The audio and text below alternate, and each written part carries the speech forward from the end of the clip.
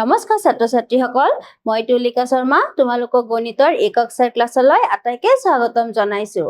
আজি আমি তোমালোকৰ পাঠ্যপুথিৰ দ্বিতীয় অধ্যায় ৰেখা আৰু কোণ পাঠটিৰ পঞ্চমটি অংশ আৰম্ভ কৰিবলৈ ওলাইছো।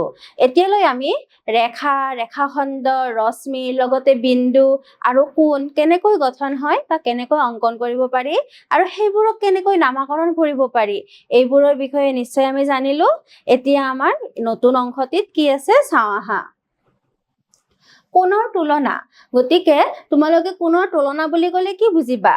তুলনা বুলি কোৱাৰ লগে লগে আমি বুজো যে দুটা বস্তুক সদায় আমি তুলনা কৰিব পাৰো আৰু সেই তুলনা কৰিলে কোনটো বেছি হয়, কোনটো কম হয়, কোনটো ডাঙৰ হয়, কোনটো সৰু হয়, নিশ্চয় আমি সেইটোকে বুজো। গতিকে চোৱা ইয়াতে কি দিছে, কোণৰ তুলনা বুলি ক'লে আমি দুটা কোণৰ পৰা সৰু ডাঙৰ জোখৰ কোণ বিচাৰি উলিয়াব পাৰো বা নিৰ্ধাৰণ কৰিব পাৰো। এতিয়া চোৱা এইটো এটা কোণ, এইটো এটা কোণ। গতিকে ইয়াত আমি AOB আৰু POQ কোণ দুটাৰ কোনটো ডাঙৰ নিৰ্ণয় কৰো আহা। আমি ইয়াতে দুটা কোণ যেতিয়া পাম তেতিয়া তাক আমি নিৰ্ণয় কৰিব পাৰো। কেনেকৈ নিৰ্ণয় কৰে আমি চাওঁ আহা।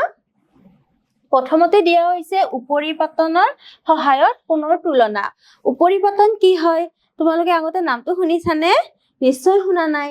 উপৰিপাতন মানে হ'ল আমি দুটা কোণ এইটোৰ ওপৰত এইটো যদি ওপৰা ওপৰিকে পেলাই দিওঁ, ইয়াতে চোৱা ওপৰত আমি আনটো কোণ ৰাখি তুলনা কৰা পদ্ধতিটোকে উপৰিপাতন পদ্ধতি বুলি কোৱা হয়।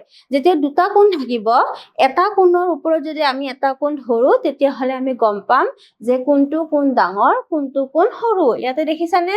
এইটো নীলা ৰঙৰ কোণটো ওপৰত আমি ৰঙা ৰঙৰ কোণটো ধৰিছো। ধৰোতে আমি দেখিছো যে নীলা ৰঙৰ কোণটো সৰু আৰু ৰঙা ৰঙৰ কোণটো ডাঙৰ।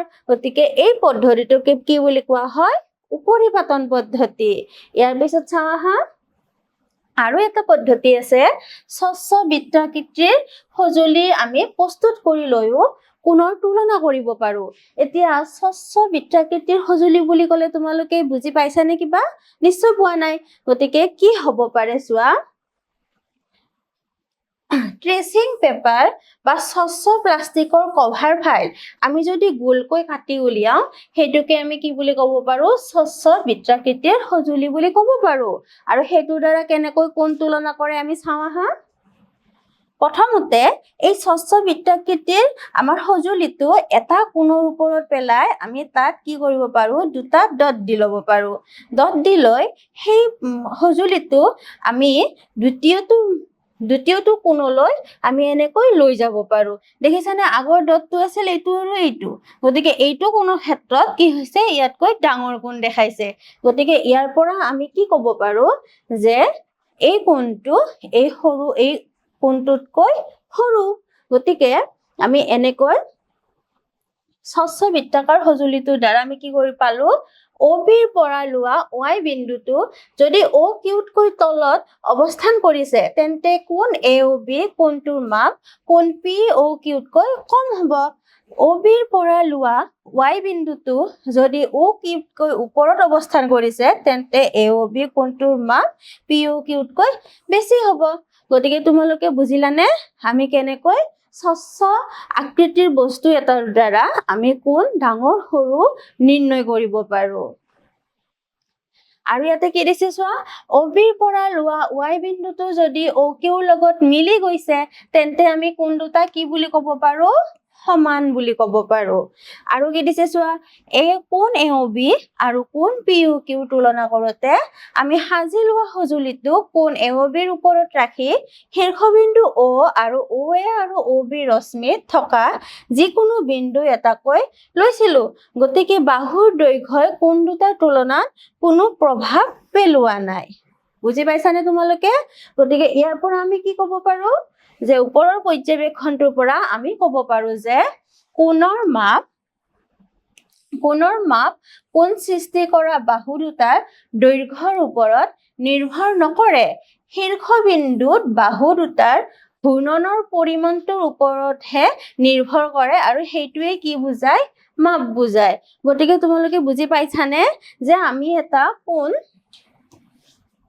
এনেকৈ যদি অংকন কৰো, এইটো আৰু এইটো আমি এনেকৈ কোন দুটা চাই ক'ব নোৱাৰো যে এইটো কোন সৰু এইটো কোন ডাঙৰ আমি কেনেকৈ ক'ব পাৰো যে এই ৰশ্মিটোৰ পৰা এইটো কিমান ঘূৰ্ণন গৈছে আৰু এই ৰশ্মিটোৰ পৰা কিমান ঘূৰ্ণন গৈছে এই মাপটো চাইহে আমি কোন এটা সৰু আৰু ডাঙৰ হোৱাটো ক'ব পাৰো গতিকে কোনৰ ডাঙৰ সৰু আমি কেনেকৈ জানিব পাৰো বা নিৰ্ণয় কৰিব পাৰো তোমালোকে নিশ্চয় জানিলা এতিয়া আমি এই অংশৰ মূল্যায়নখিনিলৈ আগবাঢ়ো আহা প্ৰথম মূল্যায়নত কি আছে চোৱা তলৰ কোনটো কোন ডাঙৰ এতিয়া চোৱা আমি চায়ে কোন দুটা ডাঙৰ সৰু ক'ব পাৰিছোনে নিশ্চয় আমি পাৰিলেও আমি কি কৰিব লাগিব আমি এইটো যিকোনো এটা পদ্ধতি আমি দেখি গম পাইছো যে এইটো সৰু কোন এইটো ডাঙৰ কোন কিন্তু আমি কি পদ্ধতি ব্যৱহাৰ কৰিব পাৰো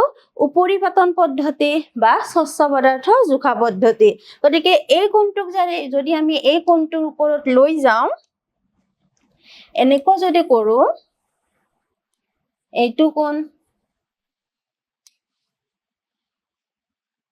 ওপৰত যদি আমি লৈ যাওঁ আমি এইটো দেখিবলৈ পাম গতিকে আমি কোনটো কোণক ডাঙৰ পাম হালধীয়া ৰঙৰ কোণটো ডাঙৰ বুলি আমি গম পাম গতিকে ইয়াতে কোনটো কোণ ডাঙৰ হ'ব এই কোণটো ডাঙৰ হ'ব গতিকে তোমালোকে নিশ্চয় বুজিব পাৰিছা ইয়াৰে পিছৰ মূল্যায়নটিলৈ আগবাঢ়ো আহা তলৰ কোনটো তুলনা কৰা পদ্ধতি বুলি কওঁতে আমি গমেই পাইছো কোনটো পদ্ধতিৰে আমি কোন এটা ডাঙৰ আৰু সৰু নিৰ্ধাৰণ কৰিব পাৰো ইয়াতে কি দিছে চোৱা উপৰিপাতন পদ্ধতি আমি জানো উপৰিপাতন পদ্ধতিটো হয় স্বচ্ছ বৃত্তাকাৰ সঁজুলিৰ ব্যৱহাৰ হয় গতিকে আমি এনসাৰটো কি দিব পাৰো ওপৰৰ দুয়োটা গতিকে নিশ্চয় কোণৰ তুলনা কৰি ডাঙৰ সৰু কেনেকে আমি নিৰ্ণয় কৰিব পাৰো তোমালোকে বুজি উঠিলা আজিলৈ ধন্যবাদ